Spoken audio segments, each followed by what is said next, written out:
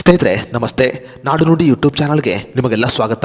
ಸ್ನೇಹಿತರೆ, ನಮ್ಮ ದೇಶದಲ್ಲಿ ಪ್ರತಿನಿತ್ಯ ಕೋಟ್ಯಾಂತರ ಪ್ರಯಾಣಿಕರು ರೈಲು ಪ್ರಯಾಣವನ್ನು ಮಾಡುತ್ತಾರೆ. ಹೆಚ್ಚಿನ ಆಯಾಸವಾಗಲ್ಲ ಮತ್ತು ದೂರದ ಊರುಗಳನ್ನು ಬೇಗ ತಲುಪಬಹುದು ಅನ್ನುವ ಕಾರಣಕ್ಕೆ ಹೆಚ್ಚಿನ ಪ್ರಯಾಣಿಕರು ರೈಲು ಪ್ರಯಾಣವನ್ನು ಇಷ್ಟಪಡುತ್ತಾರೆ.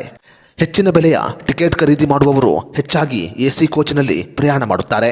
ಅದೇ ರೀತಿಯಲ್ಲಿ ಕಡಿಮೆ ಬೆಲೆಯ ಟಿಕೆಟ್ನಲ್ಲಿ ಪ್ರಯಾಣ ಮಾಡುವವರು ಸಾಮಾನ್ಯ ಕೋಚ್ನಲ್ಲಿ ಪ್ರಯಾಣವನ್ನು ಮಾಡುತ್ತಾರೆ. ಆದರೆ ಎಸಿ ಕೋಚ್ನಲ್ಲಿ ಪ್ರಯಾಣ ಮಾಡುವ ಅದೆಷ್ಟೋ ಪ್ರಯಾಣಿಕರಿಗೆ ಈ ವಿಷಯ ಇನ್ನೂ ಕೂಡ ತಿಳಿದಿಲ್ಲ ಅಂತ ಹೇಳಬಹುದು.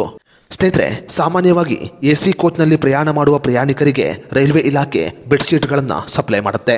ಆದರೆ ಪ್ರಯಾಣಿಕರಿಗೆ ಕೊಡುವ ಬೆಡ್ಶೀಟ್ಗಳನ್ನು ಎಷ್ಟು ದಿನಗಳಿಗೆ ಒಮ್ಮೆ ಸ್ವಚ್ಛ ಮಾಡಲಾಗುತ್ತೆ ಅಂತ ಅದೆಷ್ಟು ಜನರಿಗೆ ಇನ್ನೂ ಕೂಡ ತಿಳಿದಿಲ್ಲ. ಸ್ನೇಹಿತರೆ, ಎಸಿ ಕೋಚ್ನಲ್ಲಿ ಪ್ರಯಾಣಿಕರಿಗೆ ನೀಡಲಾಗುವ ಬೆಡ್ಶೀಟ್ ಕವರ್ಗಳು ಮತ್ತು ದಿಂಬಿನ ಕವರ್ಗಳನ್ನು ಪ್ರತಿ ಬಳಕೆಯ ನಂತರ ತೊಳೆಯಲಾಗುತ್ತೆ. ಆದರೆ ಪ್ರಯಾಣಿಕರಿಗೆ ನೀಡಲಾಗುವ ಉಣ್ಣೆಯ ಕಂಬಳಿಗಳನ್ನು ಕನಿಷ್ಠ ತಿಂಗಳಿಗೆ 1 ಬಾರಿ ಅಥವಾ 2 ಬಾರಿ ಮಾತ್ರ ತೊಳೆಯಲಾಗುತ್ತೆ. ವರದಿಯ ಪ್ರಕಾರ, ಅಂದರೆ ರೈಲ್ವೆ ಹೌಸ್ ಕೀಪಿಂಗ್ ಸಿಬ್ಬಂದಿಗಳು ಹೇಳುವ ಪ್ರಕಾರ, ಕಂಬಳಿಗಳನ್ನು ತಿಂಗಳಿಗೆ ಒಮ್ಮೆ ಮಾತ್ರ ತೊಳೆಯಲಾಗುತ್ತೆ. ಒಂದು ವೇಳೆ ಕಂಬಳಿಗಳು ಆಹಾರದಿಂದ ಕಲೆಯಾಗಿದ್ದರೆ ಅಥವಾ ಕೆಟ್ಟ ವಾಸನೆ ಬಂದರೆ ಅವುಗಳನ್ನು ಹೆಚ್ಚಾಗಿ ತೊಳೆಯಲಾಗುತ್ತೆ. ಸ್ನೇಹಿತರೆ, ಸಾಮಾನ್ಯವಾಗಿ ರೈಲ್ವೆ ಇಲಾಖೆಯು ಎಸಿ ಕೋಚ್ನಲ್ಲಿ ಪ್ರಯಾಣ ಮಾಡುವ ಪ್ರಯಾಣಿಕರಿಗೆ ಕಂಬಳಿಗಳು, ಬೆಡ್ಶೀಟ್ಗಳು ಮತ್ತು ದಿಂಬಿನ ಕವರ್ಗಳನ್ನು ಒದಗಿಸುತ್ತೆ ಮತ್ತು ಇವುಗಳ ಶುಲ್ಕವನ್ನು ಟಿಕೆಟ್ನಲ್ಲಿಯೇ ಸೇರಿಸಲಾಗಿದೆ.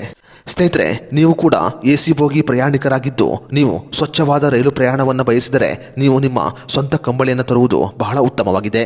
ಕಾರಣ ಇಷ್ಟೇ, ರೈಲಿನಲ್ಲಿ ಸಾಮಾನ್ಯವಾಗಿ ಕಂಬಳಿಗಳನ್ನು ತಿಂಗಳಿಗೆ 2 ಬಾರಿ ಅಥವಾ 1 ಬಾರಿ ಮಾತ್ರ ತೊಳೆಯಲಾಗುತ್ತೆ. ಸರಿಯಾಗಿ ತೊಳೆಯದ ಬೆಡ್ಶೀಟ್ಗಳನ್ನು ಬಳಕೆ ಮಾಡಿದರೆ ನಿಮಗೆ ಚರ್ಮ ರೋಗ ಬರುವ ಸಾಧ್ಯತೆ ಬಹಳ ಹೆಚ್ಚಿರುತ್ತೆ. ರೈಲು ಇಲಾಖೆ ಇದರ ಬಗ್ಗೆ ಹೆಚ್ಚಿನ ಗಮನವನ್ನು ಕೊಡಬೇಕು ಅನ್ನೋದು ಸಾಕಷ್ಟು ಪ್ರಯಾಣಿಕರ ಅಭಿಪ್ರಾಯವಾಗಿದೆ.